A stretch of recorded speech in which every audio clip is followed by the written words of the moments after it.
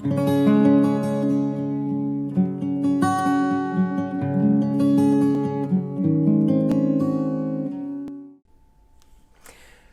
morning, my name is Paul Valdez, and I welcome you to the Do Not Be Afraid of Watercolor series. I've been in watercolors for over 30 years, and I've kind of had to learn the hard way. This video series is designed to help make watercolor easier, more fun, more productive as you become more comfortable with watercolor.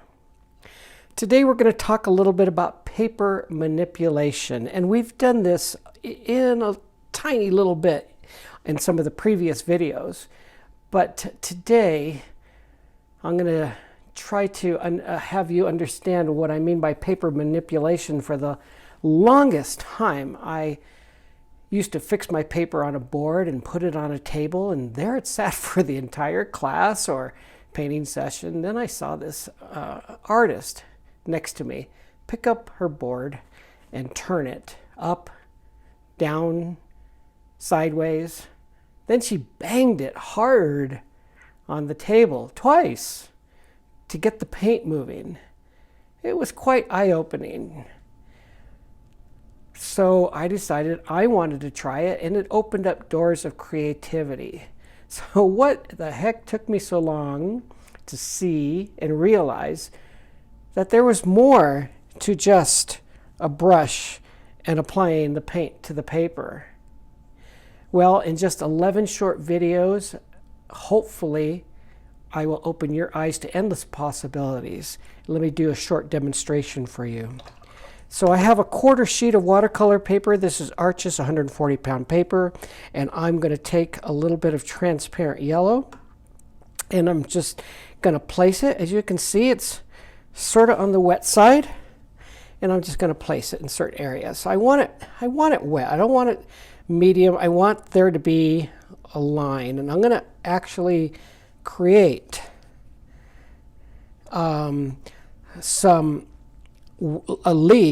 create some white areas, some negative space in this to show you how it's so interesting when you paint wet on dry, that the paint pretty much, even at this angle, stays where you want it.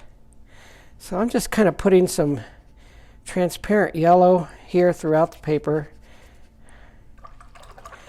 Just a design, nothing exciting, trust me. This is just for fun. And I'm going to take a little bit of, this is Ultramarine Blue. Again, kind of wet. I'll bring it up from this top. And as I do, I'm going to let it just touch certain areas of the yellow, and in some areas I'm not.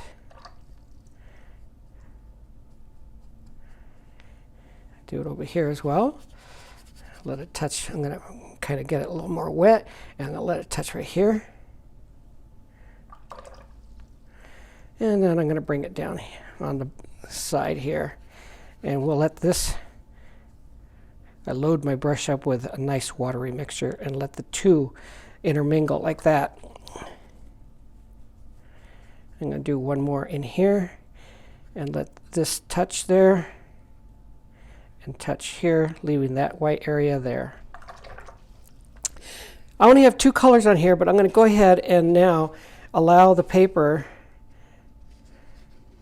to play. So this is paper manipulation. This is where I take my paint.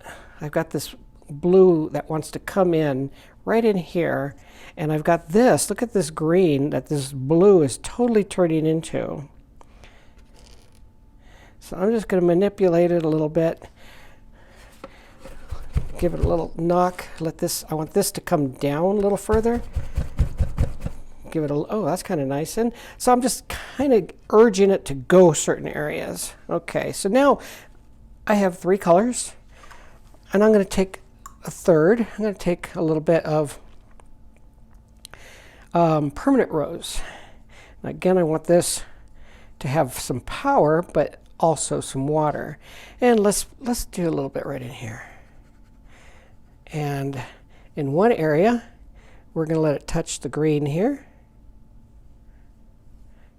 And in this area, we're going to let it touch the yellow. Come on, there you go. All right, gonna get a little bit more, and then this time we're gonna do a big ol' thing here. Let that touch.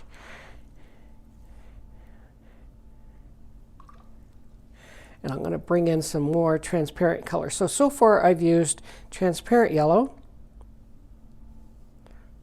ultramarine blue, and permanent rose. Okay, so now I've got all this going on here, and you will see as I move the paper around, you'll see the paint moving, and I'm mostly interested right here in getting that to move along this edge. So I'm kind of encouraging it. Oh, that was a nice little thing. So certain things happen that you're not really ready for.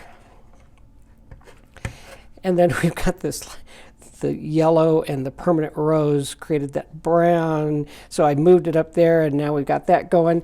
And now you can take your water bottle, and now you can kind of encourage that to go just a little bit. Come on down here. All right. And then we could spray this area here totally clean, and then right where, and we'll give it a little push, and we're creating these gorgeous little areas. But you'll notice that where I sprayed, it stays, and it's creating this gorgeous brown. And now it's really difficult sometimes to accurately spray your bottle. So what I'm going to do is I'm just going to take some water, clean water, sort of, and then just touch it right there and allow that to do that. So it's really kind of cool that you can just take your water and create a little line, and it'll follow that line. It'll do its little thing. It'll come off the edge here. You can bring in a little bit of, this is permanent rose, so I'm allowing that to come in and allowing that to mix in there too. And I think I want this permanent rose to actually come in here. So I'm going to give it a little encouragement. The yellow's a little dry right now. That's okay. That allows you to do different things and allows you to move the color that is the wettest, which is right now the permanent rose here, and it's mixing now in with the green and blue.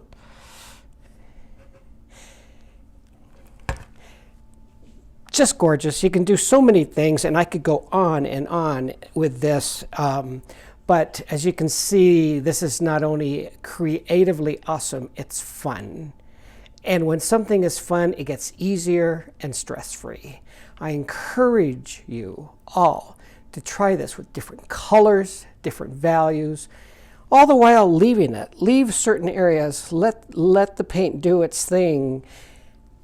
And it just allows you to mix colors that if you had mixed here on your palette or tried to mix on your paper, they would turn into mud. But when left by itself and manipulated, it creates lovely effects. Try pounding the board to get colors to move, set it on its corner to get diagonal flows. Then imagine where you could use this, a backdrop for a landscape, a sky, maybe a flower. Maybe after letting it dry, you stop, take a look, turn it different ways. No telling what you'll see. Watercolor paint looks so different when it's dry, and once it's dry, you can come back in and add some more transparencies. It's the beauty of watercolor. I truly appreciate you watching this video. I hope you learned something. Please share and like. Until next time, thank you.